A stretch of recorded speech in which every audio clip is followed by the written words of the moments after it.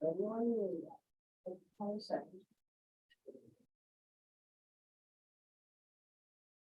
in just a second. All right, I'd like to call to order the City of Plymouth Planning Commission meeting for Thursday, June 15th, 2023 at 6:30 p.m. Could we have a roll call? Commissioner Cozart, Present. Commissioner Moreno, Present. Commissioner Mickelson, Present. Vice Chair Sullivan. I believe he is absent tonight. Chair Claproth. Present. Thank you. We have a quorum. All right, let's stand and have our flag salute. I pledge allegiance to the flag and to the republic for which it stands, one nation, under God, indivisible, with liberty and justice for all. Amen.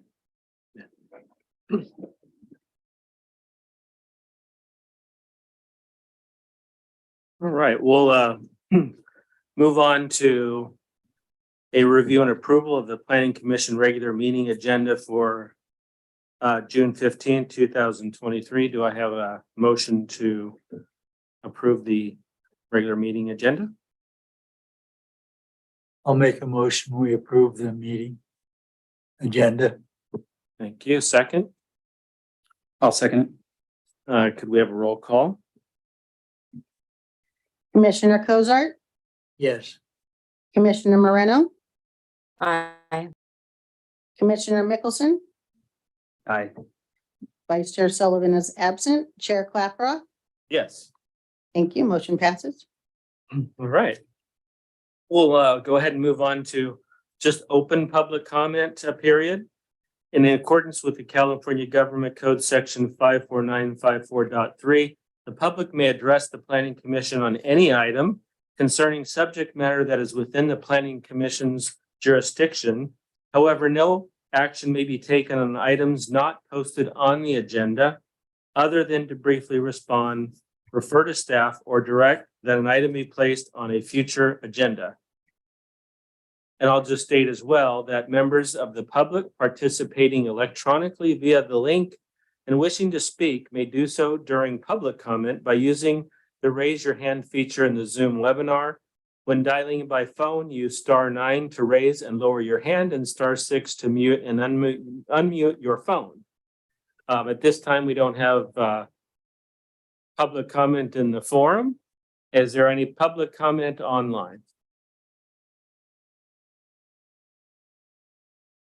One more quick turn. Any public raise your hand online? No hands are raised. Oh, Stephanie Moreno's hand is raised. All right. I'm sorry, I just wondered if we could have an introduction of our new planning director.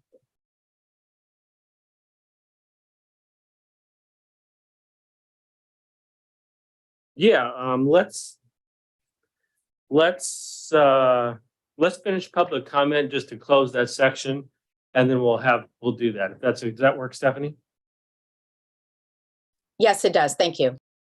Thank you very much. All right, no public comment here in the forum, no public comment online. I'll refer over to the city manager. Would you like to introduce our planning director? Maybe have him speak for a moment. So the city hired CSG consultants as the city's planners. And Farhad has been assigned as the main planner for the city. And Farhad, I'll let you introduce yourself and give your background to the Planning Commission. Thank you, Margaret. Good evening, Planning Commissioners. Thank you for this opportunity. My name is Farhad Morzavi. My role for City of Plymouth is as a planning director. I have a team of planners that would help me in regards to handling projects and also providing services as part of not only just the handling of projects, but also presentations and communication with the Planning Commission and also with the City Council members. I do have over 30 years of combined planning experience and training. I do have a master's degree in urban and regional planning and from Cal Poly, and over 27 years of providing services to the public and private sectors. But now as a planning consultant working for CSG, I'm very happy to be able to provide services for City of Plymouth. Thank you. All right, thank you for that introduction. We can see you large and bright here on Zoom, so you're like light up the room for us today. Thank you. Thank you for that comment. All right, and thank you, Commissioner Moreno. Good suggestion. That way we can all know Farhad when he starts speaking here on some of our topics today. Appreciate that. All right, we're going to move into section 4, which is presentations. We have 2 items. The first item is a selection of a planning commission chair. And so we'll go ahead and I'll turn it over to Margaret or Farhad. I'm not sure which is going to speak to just the subject, and we'll move on. I'll give you the process. So the process will be, you'll turn it over to Dana, who will take nominations for the chair, and she will take nominations for the chair, and then she will close nominations and take any public comment on the nominations. She'll close public comment, and then the commission will take votes in the order of the nominations if there are multiple nominations. So if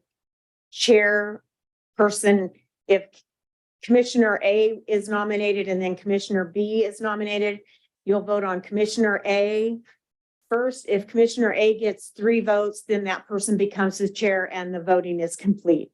If Commissioner A does not get 3 votes, then you'll vote on Commissioner B. And if Commissioner B does not get 3 votes, then you start over with Commissioner A, then Commissioner B, and you'll continue on that route until one of the commissioners gets 3 votes. Okay. Does And that's out of the 4 active council That is today. out of the 4 people that are here today. Okay. Are there any questions as to the process? Any questions? All right. Commissioner Marino, your hand's up. Do you have a question for the process? Yes, I do. I just heard you say out of the 4 present, but the nomination can be for the 5th person who's not attending the meeting. Is that correct? Right. Correct. We have 1 commissioner absent, so he's not voting tonight. He's So not voting, but he can be nominated. Is that correct? that's correct. Okay, thank you. All right. Good question. All right. I'll go ahead and at this time, after that explanation, open up the nominations for the chair. No, you have to turn it over. Oh, I'm to- sorry. I'll turn it over to Dana to open up the nomination. Sorry about that. Dana, it's all yours. All right, the nominations are now open to select a new planning commissioner chair. Are there any nominations? Yes, Stephanie Moreno, I'd like to nominate Mike Sullivan to be the chair of the Planning Commission.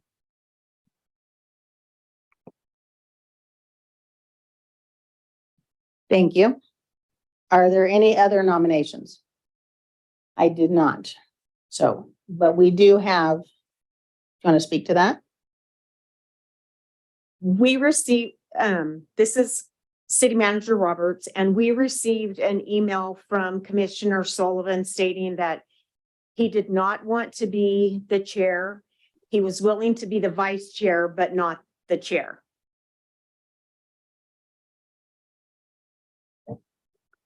Having heard that, I would like to nominate Bill Klaproth for chairperson.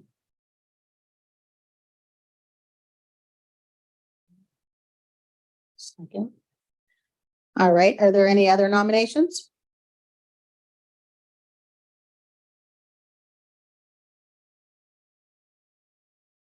All right, I don't see any hands. We will now close the nominations and open it to public comment.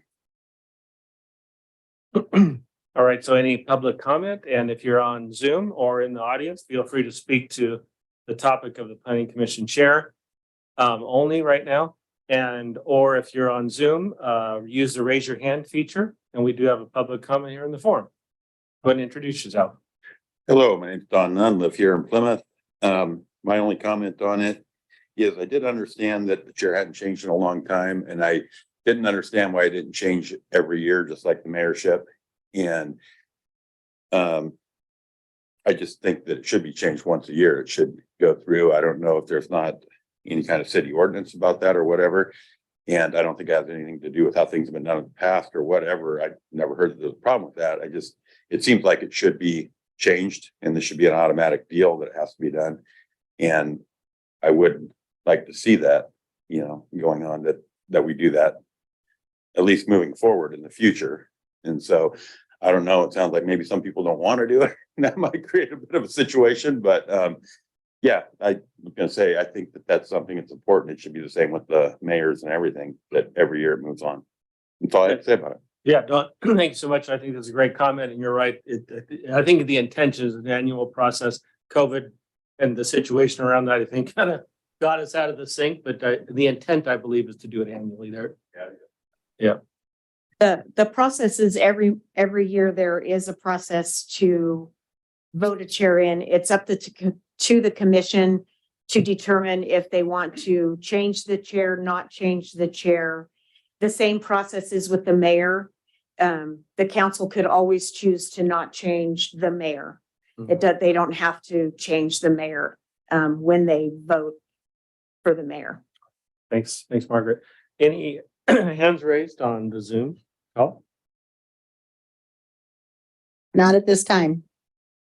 All right.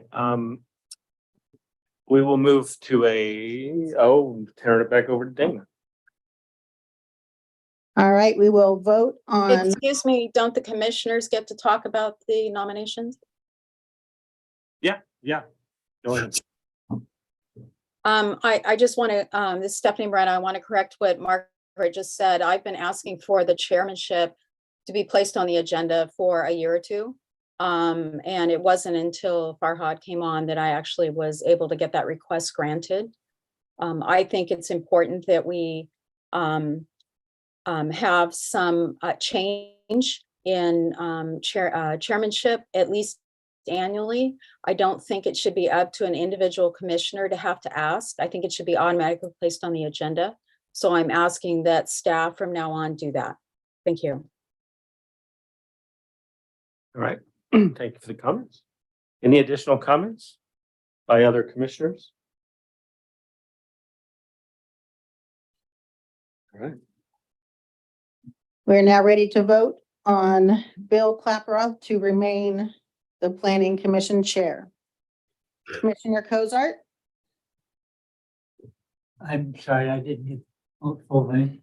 we're voting on whether or not we want Bill Klaproth to remain the commission's chair, as he was the only one nominated that wants the position. If I'm voting for the approval. Yes, the vote would be for that nomination, to concur with that nomination. For Bill to remain the chair.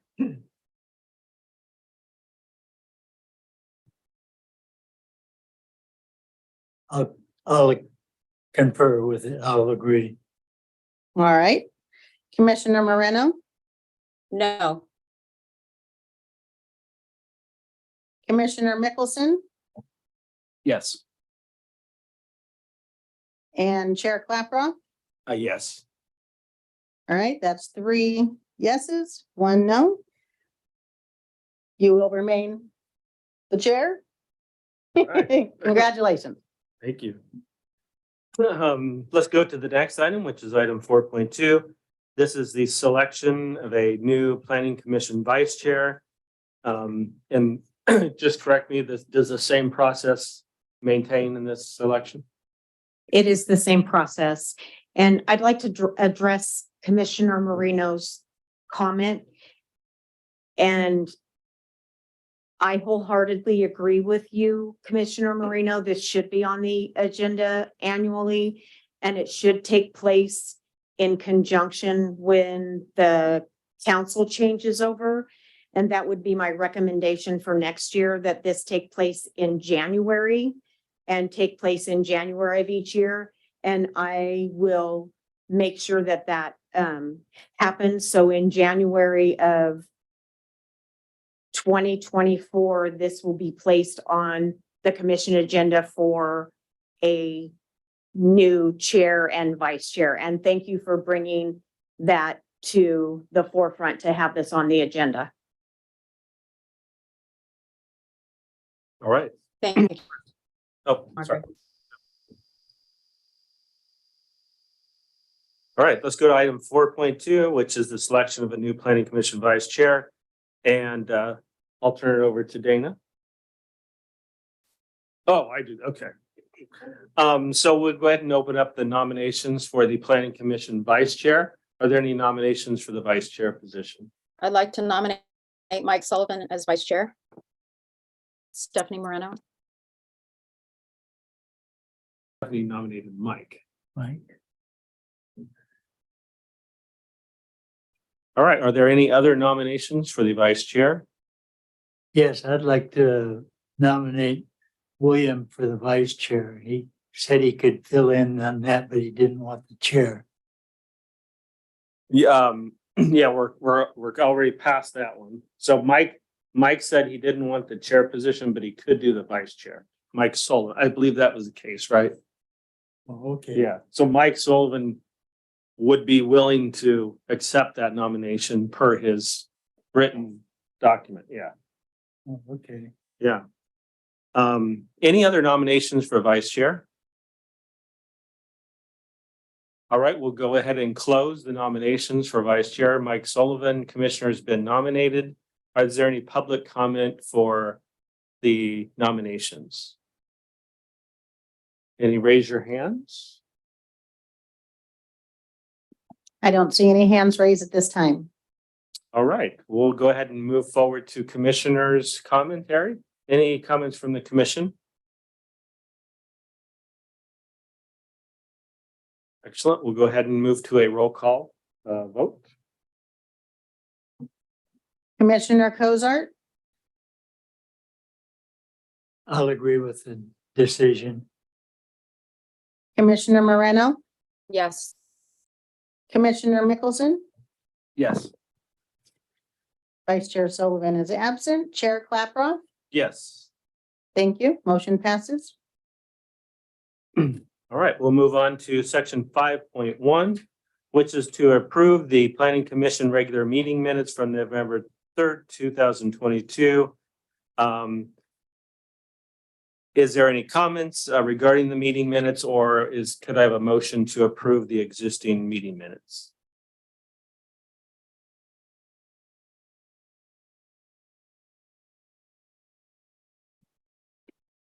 I move to approve the current meeting minutes. All right, do I have a second? Is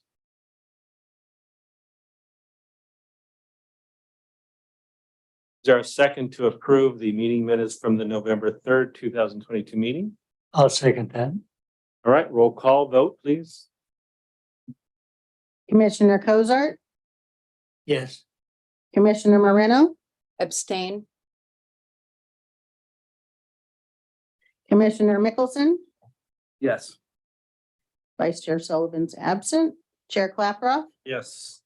Thank you. Motion passes. Excellent. We'll move item to item number 8.1, which is the discussion regarding a potential amendment to the non-illumination requirements of permanent window signage under Plymouth Municipal Code Section 19.92.050, subsection V2. We have just a staff. Farhad, could you give us an update on the background and what we're looking at? Yes, sir. Thank you, Mr. Chair. What is in front of the Planning Commission tonight for the first project is the policy, which is the Plymouth Municipal Code Section 1992 050 subsection B2.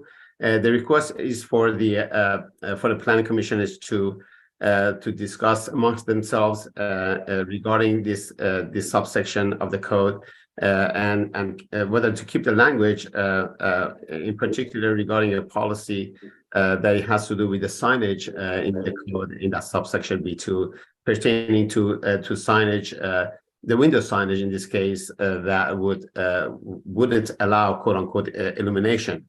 As part of the discussion, to make a reference to the MUNI code, towards the end of the paragraph under subsection B2, where it indicates not only of the signage to be encouraged to promote business hours and business identification and address information and such, but at the very end it indicates that such signs, quote unquote, may not be illuminated. What is in front of the council for planning commissioner rather is to have a discussion to see if the commissioners would like to see if that language would remain within the code or there would be a consensus to make a recommendation to the city council to change that language or to eliminate that last section of the MUNI code. And it is, excuse me, for the next steps is that for the commissioners to have a discussion amongst themselves to see if that's a policy that they will defer to the city council to be changed or the fact that for the policy or for the subsection to remain as is. To paragraph the CEQA guidelines, this project is considered categorically exempt under section 15601B3. And as is reported in the staff report, there are no fiscal impacts in regards to the effect of this review process and discussion and possible recommendation to the city council.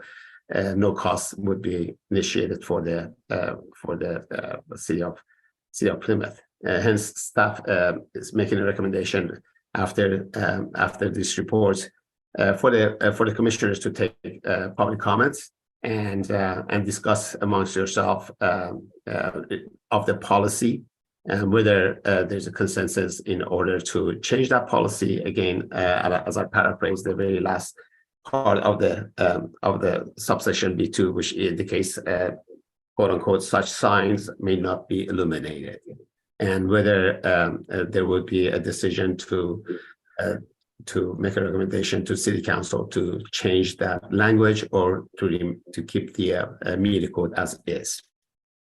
Thank you. Thank you. Before just to clarification, before we move to public comment, what prompt was it? A citizen request prompting the change, or I just don't know why it appeared. I defer to city manager Ms. Roberts in regards to the discussion that took place at the city hall and Margaret, if you don't mind giving any kind of background that there would be in regards to what has transpired for this request in front of the planning commissioners. The city received a complaint, and so the business owner received a letter to remove the sign, and she came before the city council and discussed it with the city council, and the city council referred it back to the planning commission where it belonged. All right. And here it is. Oh, perfect. Thank you. Thanks for the background. Now we'll go ahead and open it up to public comment so we can get feedback from the forum or online. If you're online, remember to raise your hand if you'd like to speak. We have a gentleman here, Don. Matt. Don Nunn, Twin City. I'm not understanding. I saw this coming up on the agenda and I didn't understand what particular business this is. And I don't think it was mentioned here. I missed it. Is this just on Main Street to have the illuminated signs, or is it all over town? Get the city manager maybe Refer that. Thank you. Good question. It's for the downtown historic district. Okay, Downtown is so at Main Street. basically Main Street. It's considered a historic district. Okay. And so they don't allow illuminated signs of a certain size in the windows. Oh, okay. So that was my question, because I thought about this, because it's come up in a couple other towns in the county. And, or at least one other I know of in the past. And, personally, I think in the situation we're in, the condition things are in right now in town, in the county, and the state, and the country, anything that helps a business, I would be against having illuminated signs that poked out from a building. But I think if it's hanging in their own window, my personal feeling is that they should be allowed to hang what they want in their own window. It kind of comes down to a private property, right? I don't think if it's not sticking out from the building. Because you see that in the city, you go places where it actually is mounted to the building and pokes out.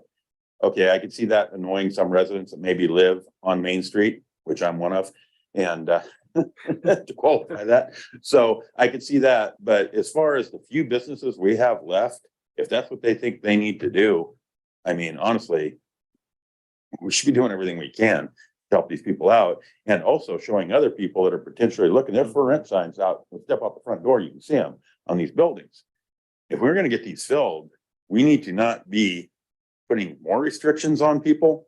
We need to be removing restrictions and making this the friendly place to come to open businesses, because that's going to generate tax revenue for us. That's going to fix our streets, fix our issues with funding the firehouse, the sheriff's office, everything else. We need to get these buildings filled up. Mhm. So I think that we should be doing whatever we need to do to get these buildings filled up and to get people already here to feel like we're totally behind them. You know, they ask for something as minor as this, be able to hang a illuminated sign in their window. Is that really that big of a deal? Mhm. I mean, if they want that, let them do it. Who cares? I mean, that the majority, 99.5% of the town can't see inside those windows in the middle of the night when it could possibly be annoying somebody. So leave them alone. Let them do what they want to do. All right, That's thank my you so much for your comment, Mr. Knight. Appreciate that. Are there any other comments in the forum? Online, any raise your hand? No hands at this time. Right, we'll close public comment on this item and we'll move to commissioners' comments. Let's start online. Stephanie Moreno, Commissioner Moreno, would you like to make any comments? Yes, thank you. I'm really confused about this item. And I think I had sent an email to the planning director and city manager when it appeared on the last planning commission agenda. I don't see the word ban is used. I don't see a ban in this code against this. It's under exempt with limitations, 19.92.050, B2. But if you go up to 19.92.050, it says any exception to the limitations for exempt signs listed herein shall require creative sign permit pursuant to section 19.16.050. So to me, there's a process in place for a creative sign permit for exemptions to if there's something that is not falling within the exempts. And I'm not sure why the business owner wasn't advised of that. Secondly, even if there wasn't a creative sign permit, as far as I am aware, any person can apply for a variance to the code. And I don't believe this business owner was given that option either, to apply for a variance to the code for this. So having received a letter saying that they had to take the sign down, I think was an overreach by the city on what the codes say.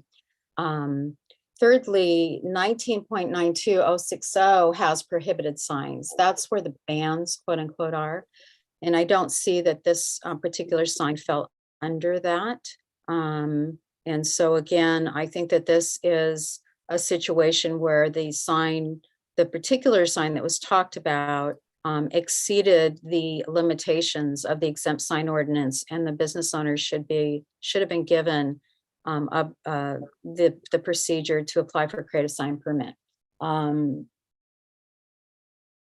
That being said, I agree with Mr. Nunn that I think our businesses are struggling as it is. I think any putting any other additional burdens on them, unreasonable burdens, are just adding to the challenges that they already have. I don't see a problem with a sign lit in a window. If the city wanted to say it could only be lit during certain hours, that would be one thing, but the sign in question, I didn't find offensive.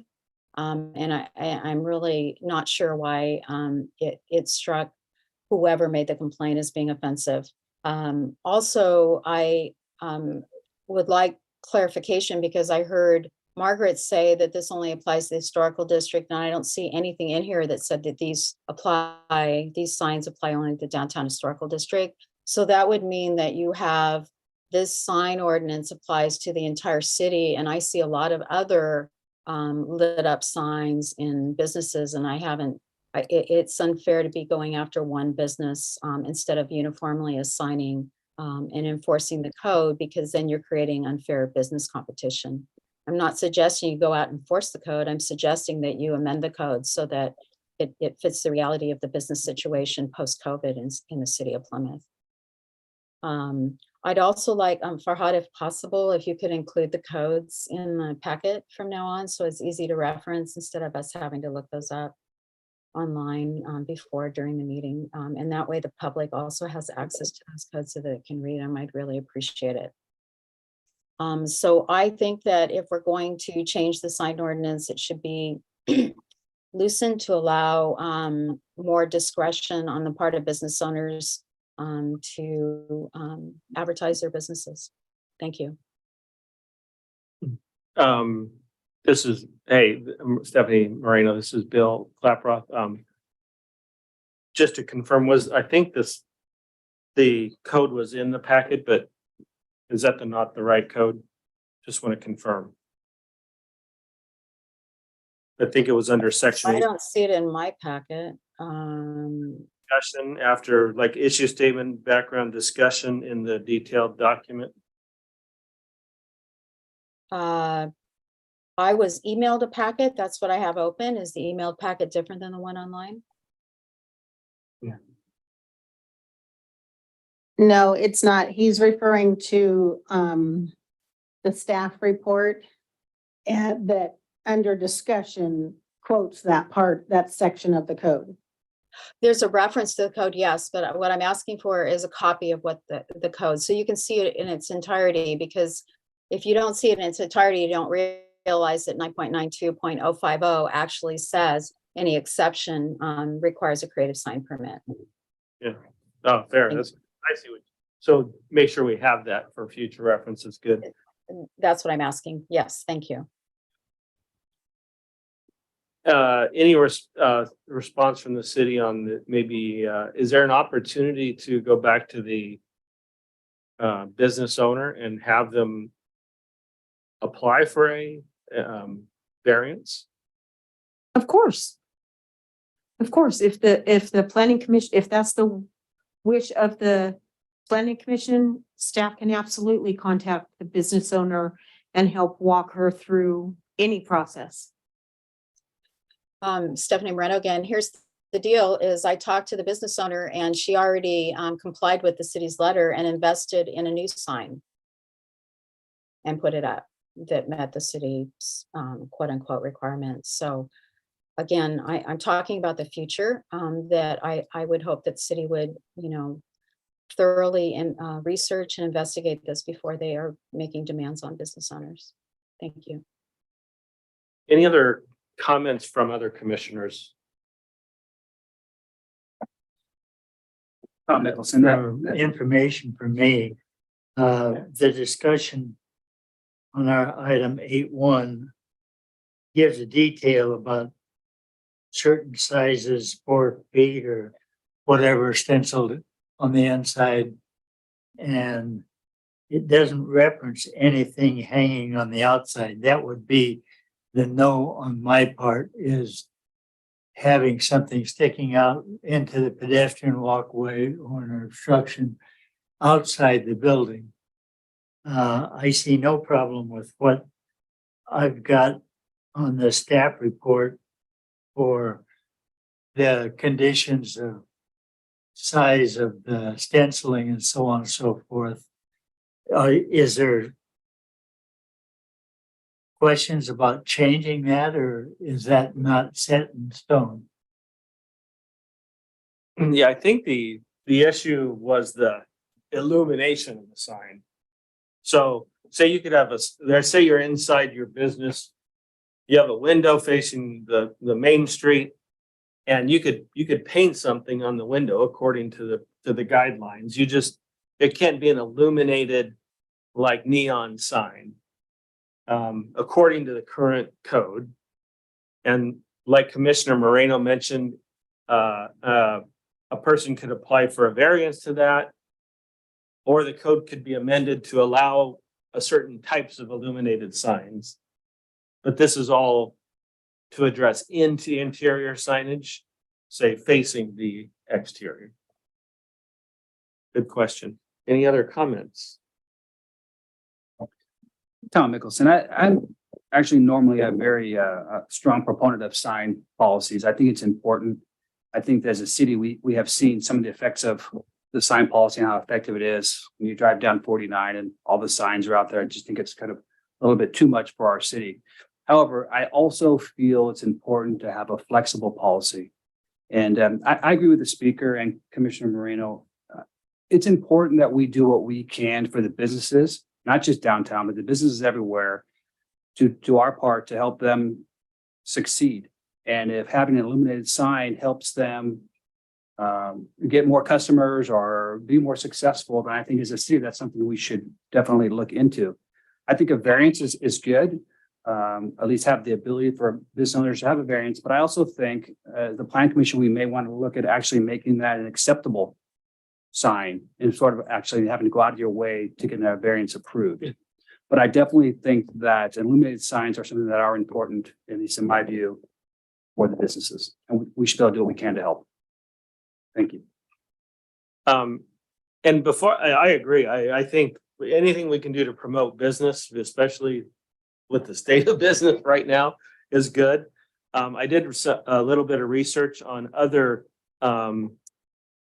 cities that had sign ordinances, right? And there was one that I thought potentially could be applied. And it like the wording was somewhat to this effect, which was signs should fit the nature and aesthetic nature of Plymouth Historic District. And then illumination section, it could read something like signs may be unilluminated or internally illuminated to create a halo background effect. Internally illuminated signs must be lighted with neon tubing or light emitting diodes, LEDs. Lighting must not produce a glare on other properties. And the source of the light must not be visible from adjacent properties or public street. And then internally lit signs are prohibited. I thought that was an interesting take, right? It's like saying, yeah, lighting could be okay. Let's just not make that lighting so obnoxious that, right, the sun goes down early and that's all you see is the glow from the light coming from this business. I thought that seemed to be a good middle ground potentially. I just wanted to throw that out there for consideration for the commission. And Commissioner Moreno, I know you mentioned potentially amending recommending an amendment to the current code. Something like that may fit what we're trying to achieve while still doing as much we can to promote business. So any additional thoughts on that, or would we want to, we're past public comment at this point. Yeah. Any additional comments, or at this point, we need to make a decision whether we want to leave the code as is or amend the code with a potential rewording. So other. Stephanie Moreno, I'd like to make a motion if the time is appropriate to do so. Yeah, I think it is. I'd like to make a motion to direct the planning director to come back with some proposed amendments to the municipal code that would allow greater flexibility for businesses in placing illuminated signs within their properties. Do I have a, back to the planning commission for review. yeah, thank you. Do I have a second to that? I'll second that. The one that you were reading about the illumination of the light itself and so on. That's the existing now, or is that something that could be added?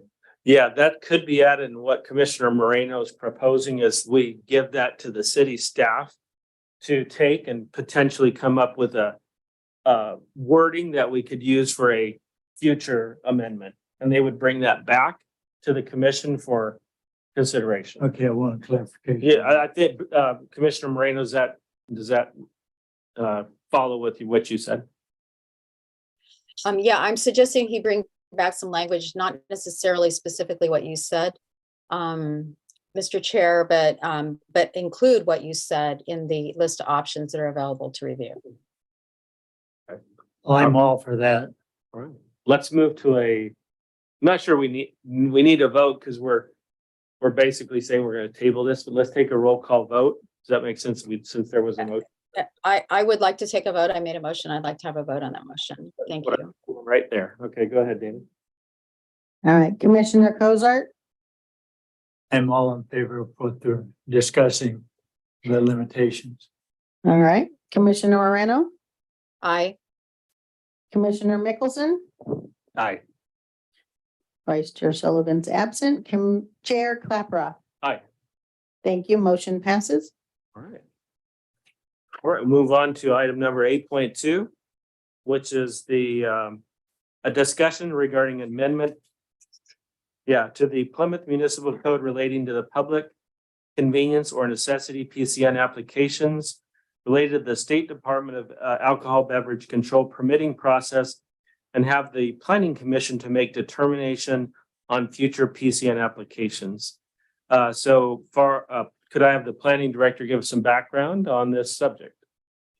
And thank you, Mr. Chair. As you provided the set policy that is in front of the planning commissioners for determination, the background on that is that on January 31st, 2023, the city received a letter from the State Department of Alcoholic Beverage Control, or ABC, to be referred to here on, requesting that the city provide or to dedicate rather a decision maker body for these types of application that would be forwarded to the city.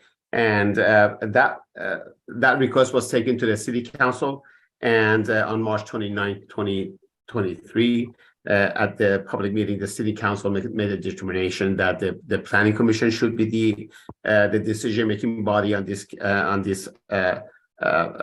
request from the state.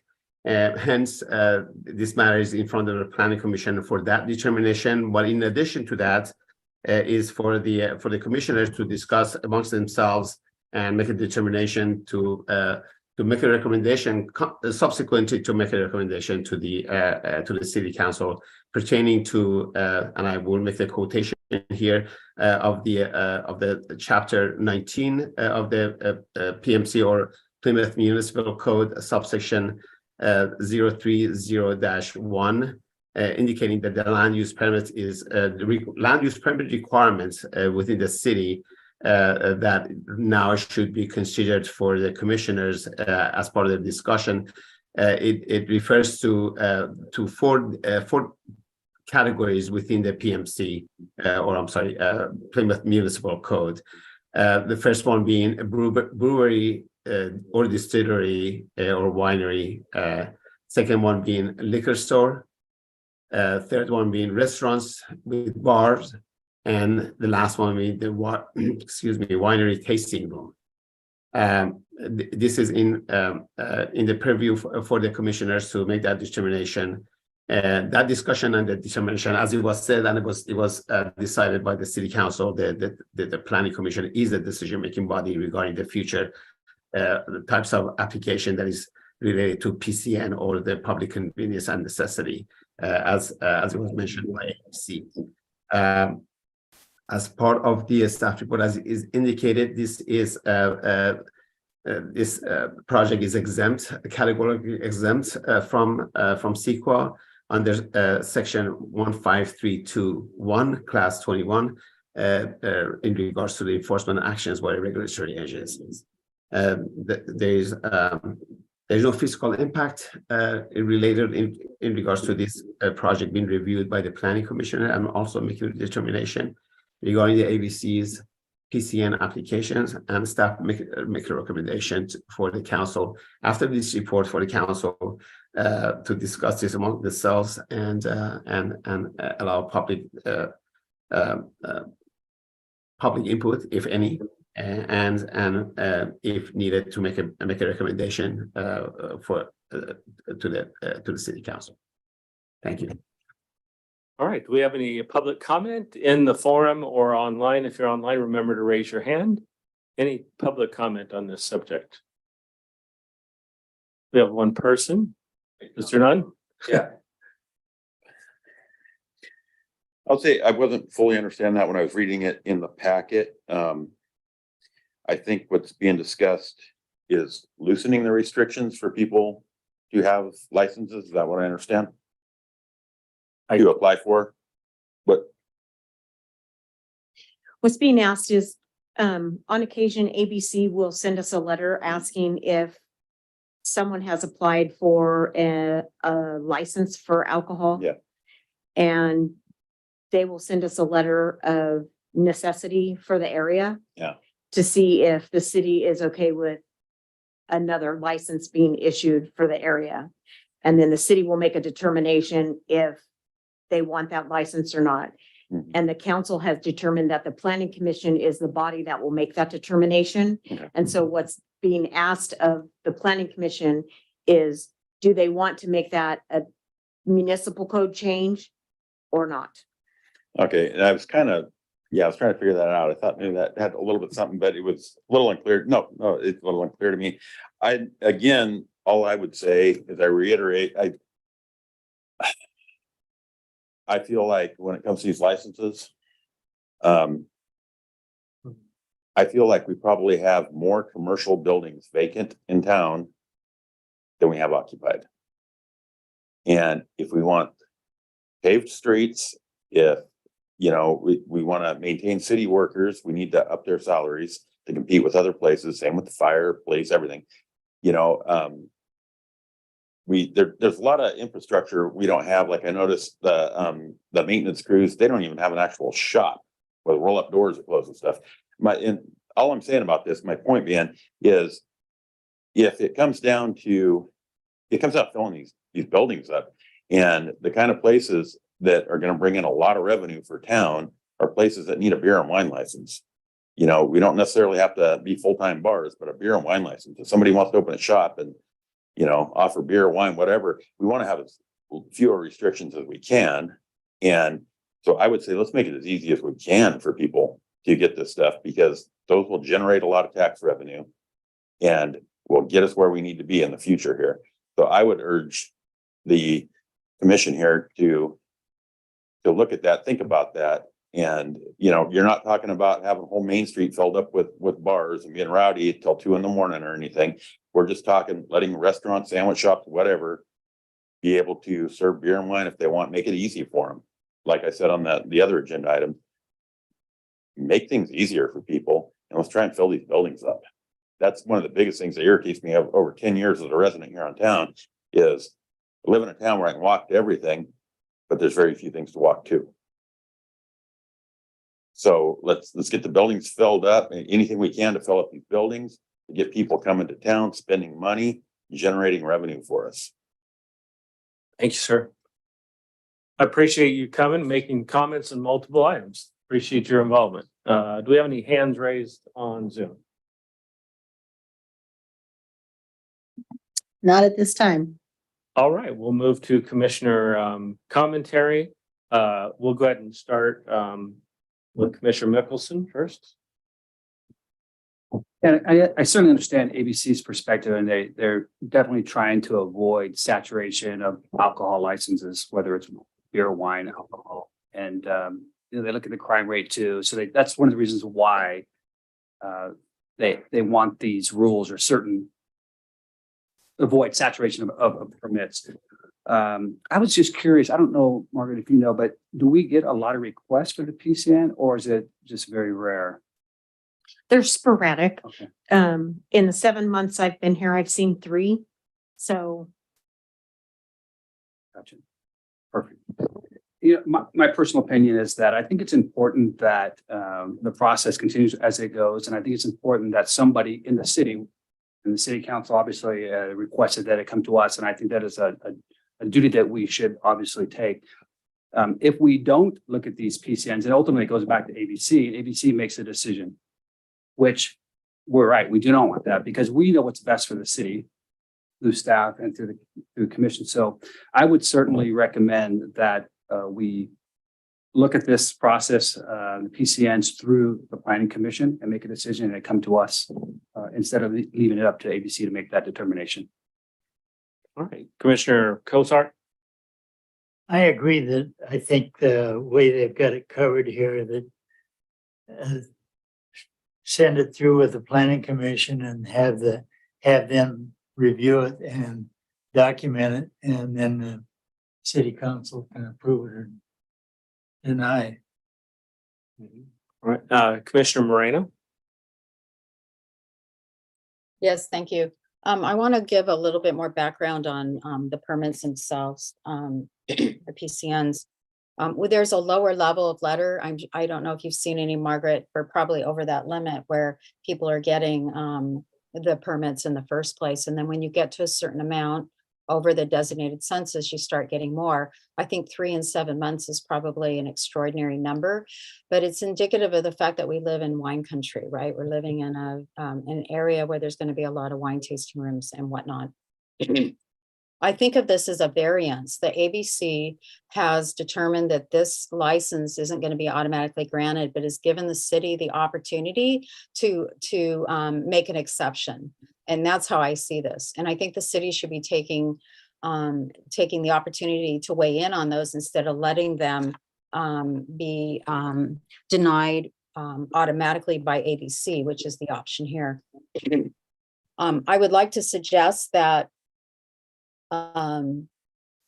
in order to provide sunshine on this, I think that the public should be aware because it is an exception. And just like a variance, I think it should come to planning commission. And I think the city council's already said that. But I'd like to suggest to Farhad that another option would be, because it sounded to me like you're talking about adding a new section to the municipal code 19.03, or did I misunderstand that? Putting in another one. I'm suggesting that you use the table on 19.04.140-1. It's the approving authority for land use entitlements. It says what type of permit or decision, and then it lists all of the ones that are available. And then it says the designated approving authority, R equals recommending body, F equals final decision-making body. And I don't know, Margaret, if that's something you can share on the screen or not. And then it has the 3 categories of planning director, planning commission, city council, and then the permit processing code. So you may need to write something in to the code saying that the planning commission is the final authority, final decision-making, and that the planning director is the recommending authority.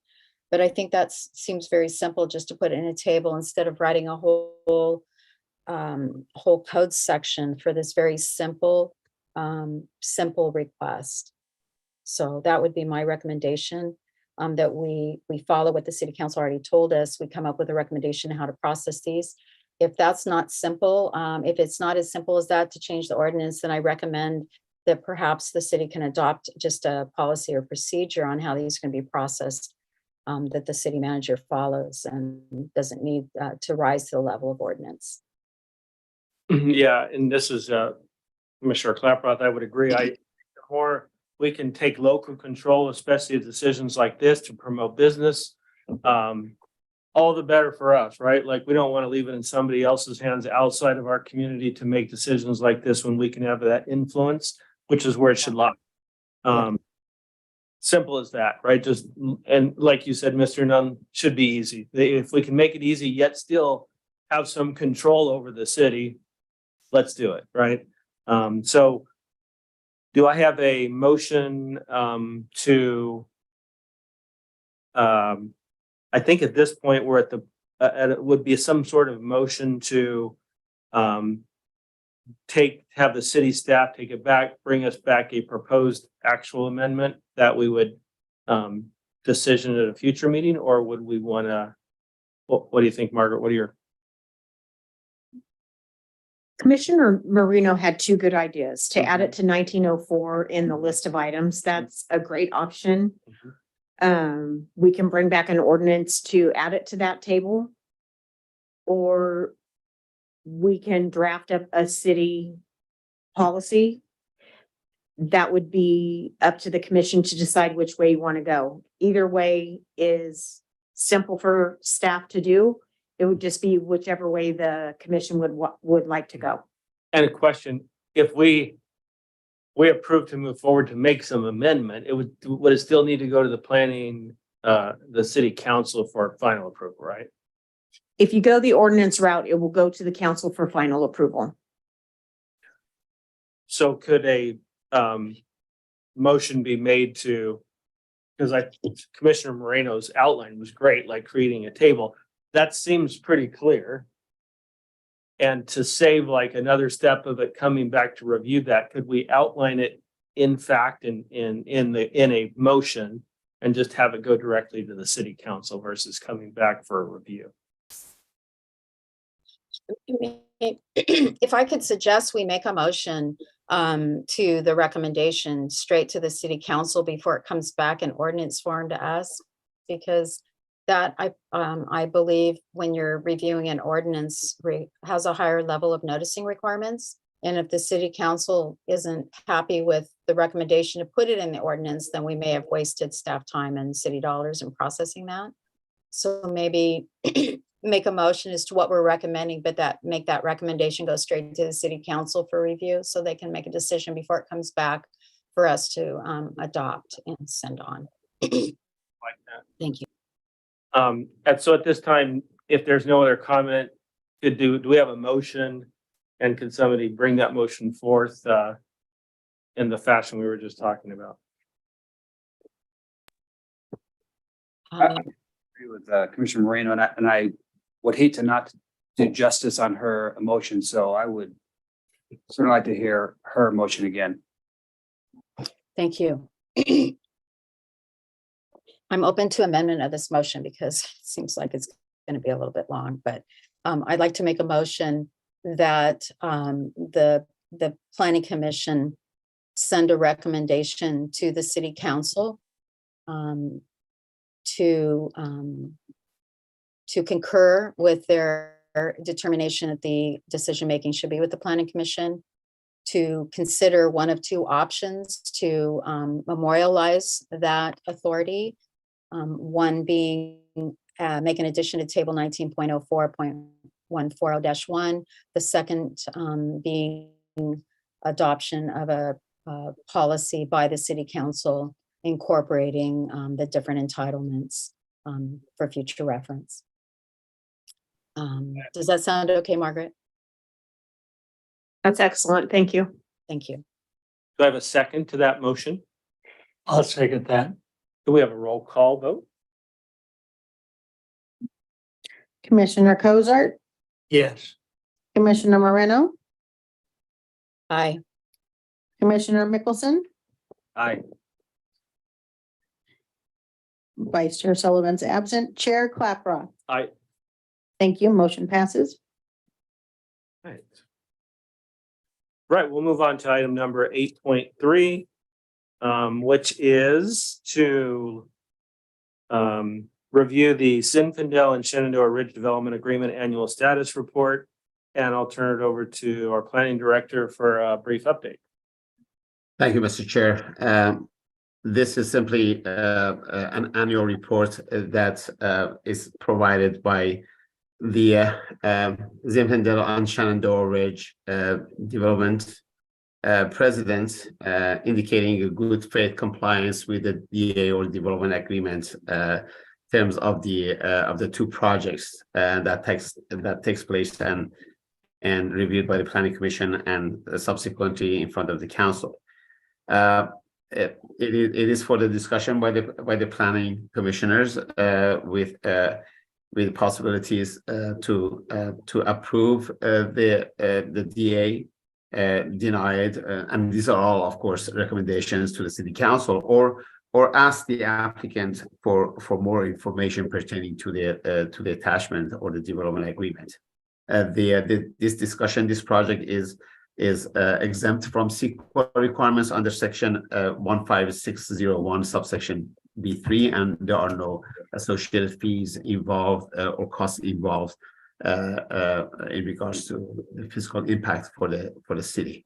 And that's what the staff recommendation is after this brief report allow the comments by the project manager if they are at the city hall at this time, or if they're phoned in, if they're present, and excuse me, also to make public comments, and also thereafter discuss the annual reports amongst themselves, and subsequently make a recommendation to the city council to consider the annual report.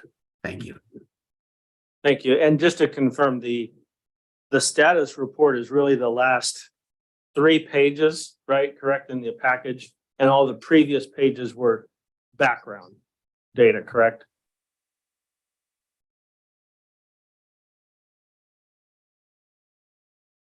I'm sorry, was that a question for me?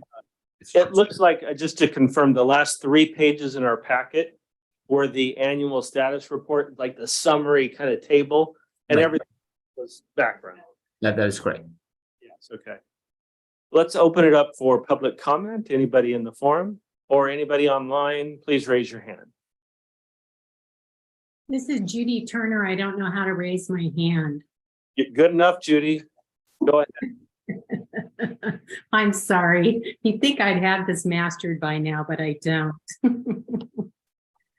I don't know if this question is applicable to what is on the agenda tonight, but I do know that as a Zimpendale Ridge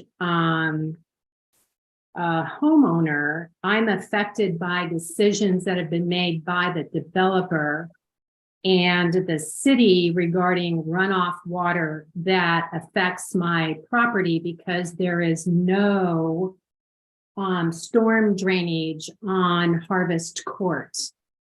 And so we did bring this to the attention, my other neighbor and myself, to the city council, of which we were told that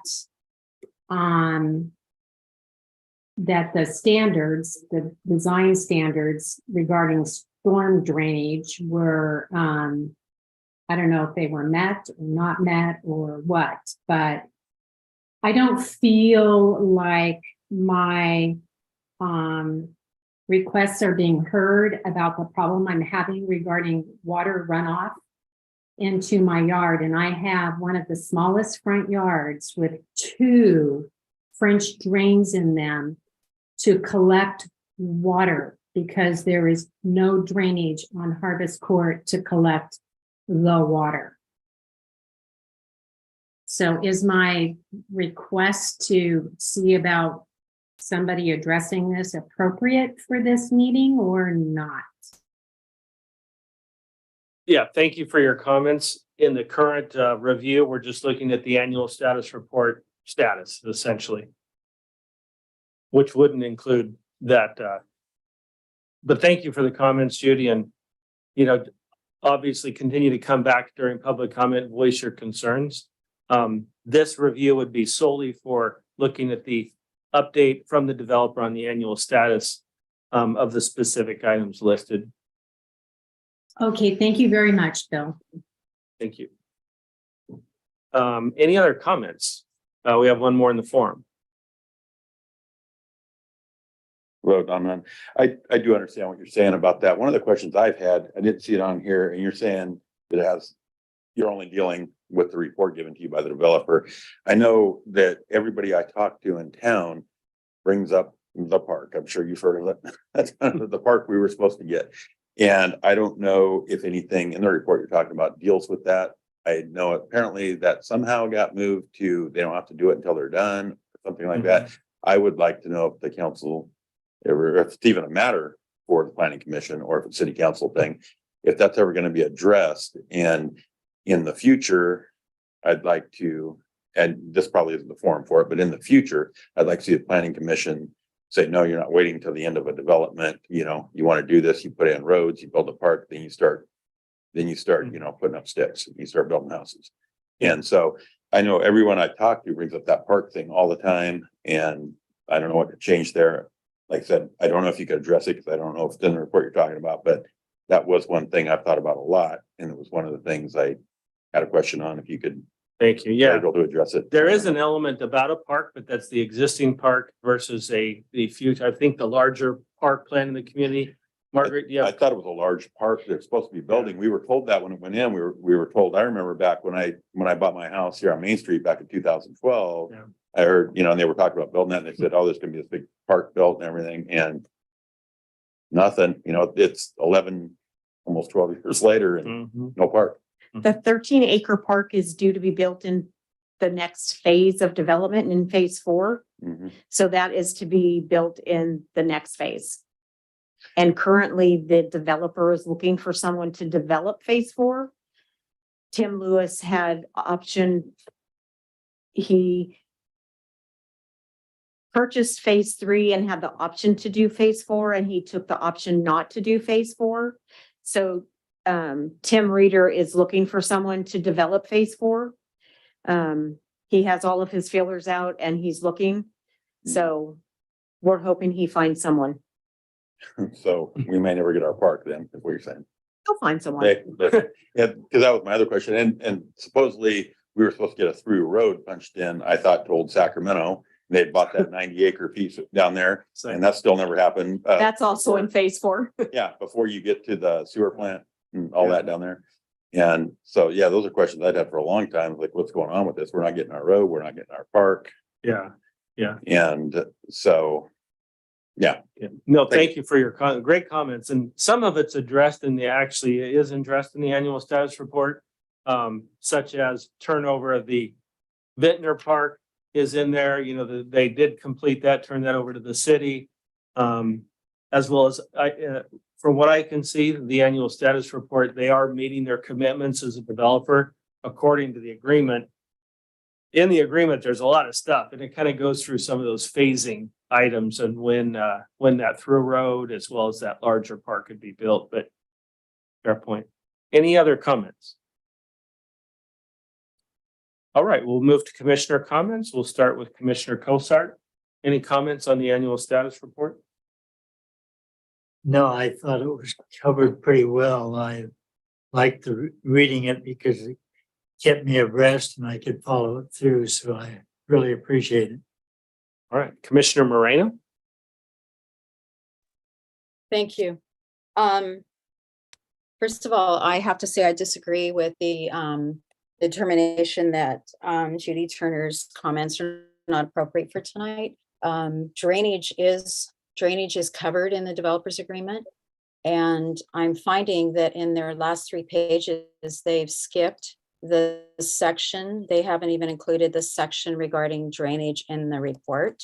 So that tells me they're not including all sections of the development agreement in the report. And I'd like to see this report include all sections. If they're not relevant, then it can say that in the thing, but section 11.3 has to do with maintenance of drainage facilities, and it's missing off this report. So I would like to have her comments put into the record regarding that. Secondly, the formatting of the matrix isn't very easy to read. I don't know if this is a city matrix or if the developer came up with this, but it's not set up in a way that the public can understand. And the point of this is for the public as well as the city council to understand what's happening out there.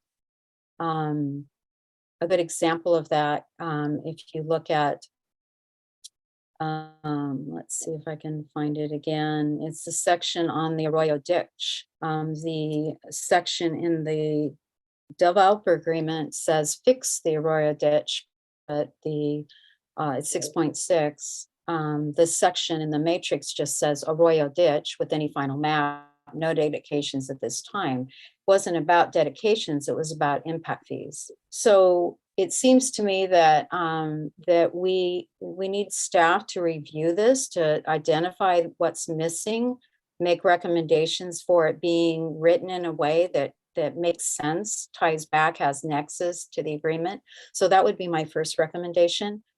Secondly, I do want to talk about the park that Don Nunn brought up, because there's rumors going around town, as you've probably heard, that this developer is planning on stopping building before that requirement kicks in.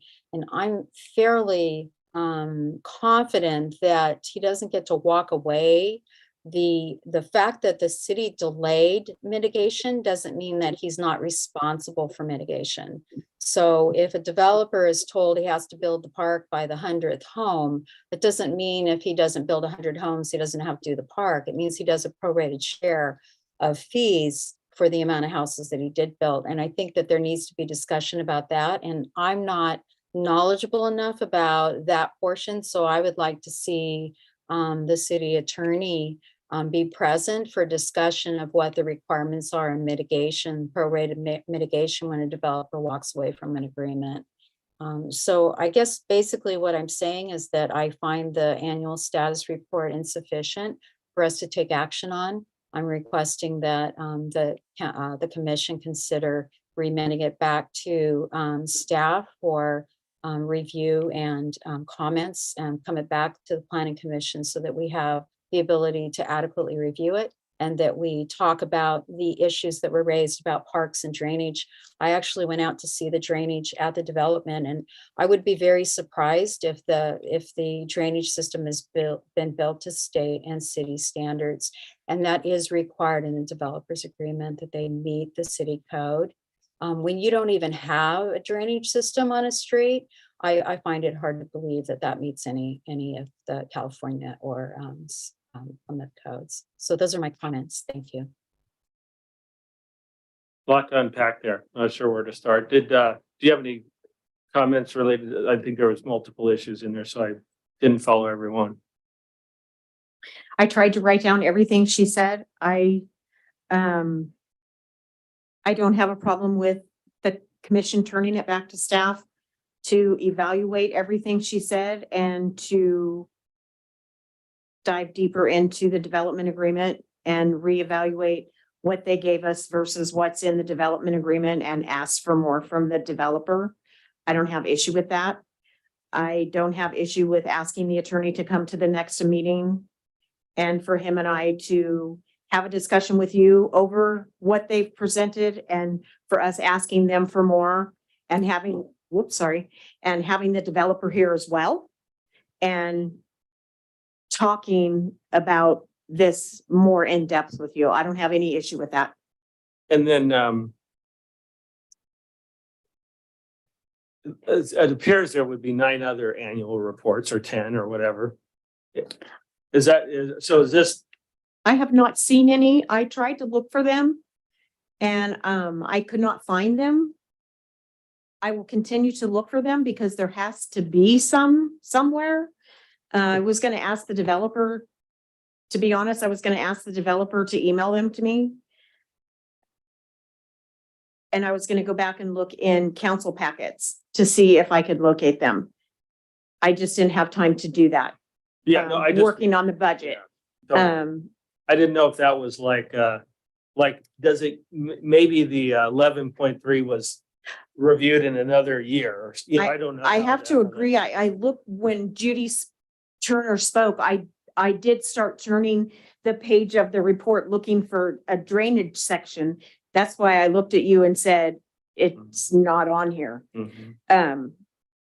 But it is covered in the development agreement, so Commissioner Marino's right, it should be here. So like I said, I don't have issue with you turning it back to staff. Yeah, and that works. And then another it's been 10 years, and it's been 5-6 years of building, maybe 7 years of building.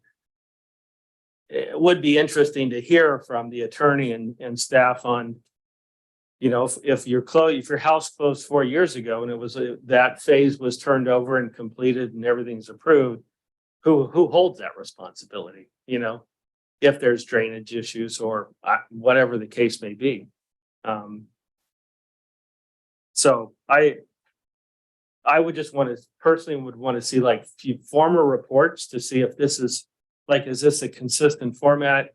Do we add like just based upon what's occurred like in the last year, or, you know, because like the city park example, that's a good one that was turned over to the city last year. That would make sense to be in this annual report. Probably wouldn't make sense to have something from phase one in the annual report, because that was done 4 years ago now. So I would support additional information. I think it's good it's good to digest it. And maybe if this is the first one, I don't know, we have a precedent. Now we can move forward and like consistently look at the information in the future, next year and thereafter, to see what's happening. The one thing I'm not sure is that the 13-acre park that is in the development group or proposed development agreement for future phases. So I just don't know if that would be a talking point for an annual report update, because there wouldn't be an update in an annual report because this doesn't exist. The requirement doesn't exist. So that would be my only hesitancy is talking about something in this approval process. It may be a separate agenda item, but in this approval process, it's the annual report on the current status.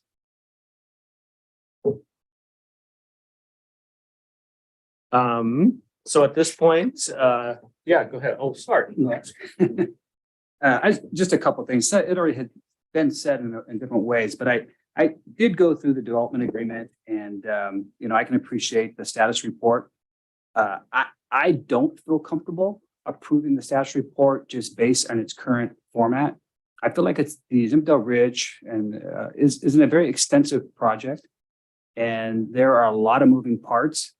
And I think there are some things that, in my opinion, that are missing or may not be completely clear. I wanted to make sure that I acknowledge Judy Turner's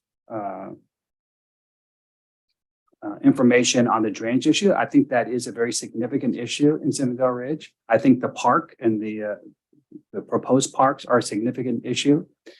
I would definitely would support sending it back to staff and the developer and getting a little better view of what is planned or what's been completed and what we're looking at. I think it would be a great idea for, and I think the commissioners have already mentioned this, but I kind of want to repeat it. It would be important for the city attorney to be here. I think the developer should be here.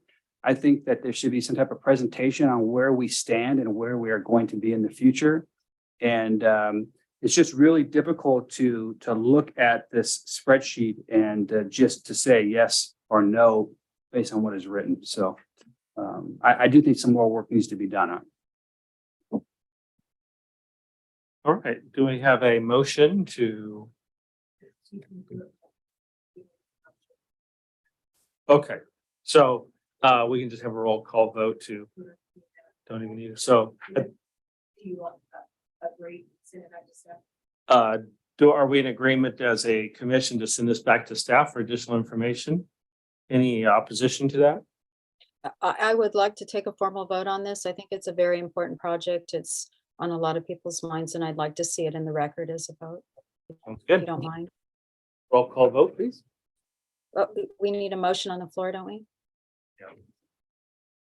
Somebody would like to make a motion. I'd like to make a motion to refer the annual update back to city staff for comprehensive review and comparison to the developers agreement with consultation with the city attorney and the developer, and to bring back a more comprehensive report, to also ask for the city attorney be present to answer questions regarding ongoing drainage issues and the status of the park at our next planning commission meeting. It could, go ahead. Commissioner Marino, can you specify that it be in 2 meetings and not next meeting? Because the next meeting would be the first meeting in July. Bring it back to what's the date, Margaret? For July 20th? Is that what you're saying?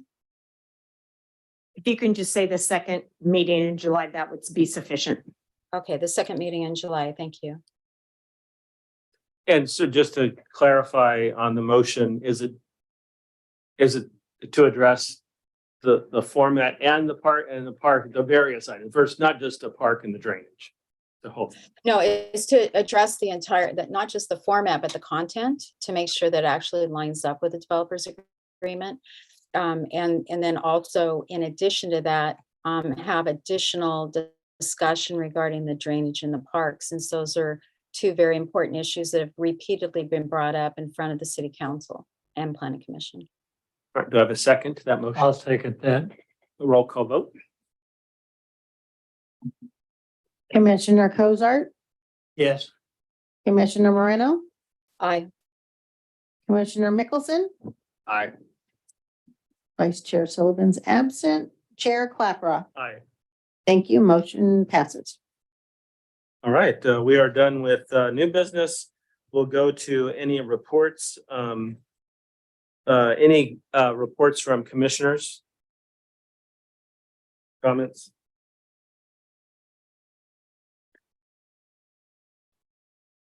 Stephanie has her hand up. Commissioner Moreno? Yes, Mr. Chair, I'd appreciate an opportunity at one of our soon meetings, whenever that might be, sometime in July, perhaps August, an open discussion item of how things are going to get scheduled for the planning commission agenda. I've been very frustrated in the past because I've made numerous requests to have discussion items about things that have been important to residents and businesses in the town and haven't been able to get any traction to get them actually onto an agenda. And I recognize that the chair and staff are the ones that develop the agenda, but I'd like some kind of process for other planning commissioners to be able to provide input into and or request items to be placed on the agenda. Thank you. Thank you. Any other additional comments or reports? This is my first meeting, so I have no additional comments or a report. All right. Thank you for being here. And I have none. I just wanted to make one comment. I was at the city council meeting and there was fantastic involvement. Mr. Nunn was there as well as others. And there was a group that came up to do the Pledge of Allegiance, and it was great to see. So any community involvement we get, whether it's online or in the forum, thank you so much, because that's the only way, right, that we can get opinion from what's happening with the ideas from the community. And there's a lot of ideas. That's how we can align the ideas to the city goals. So thank you. Any staff reports? And planning director, any commentary? No, Mr. Chair, I just wanted to mention that I'm happy to be as part of this process, happy to be in this meeting, and looking forward to collaborate with city manager in regards to what has been asked for by staff to follow up regarding this latest project that was enlisted and is now continued. Thank you. Thanks for being here. Good to meet you. You too. And, at this point, given there's no other reports, we'll go ahead and adjourn the meeting tonight at 7:53 p.m. I don't remember the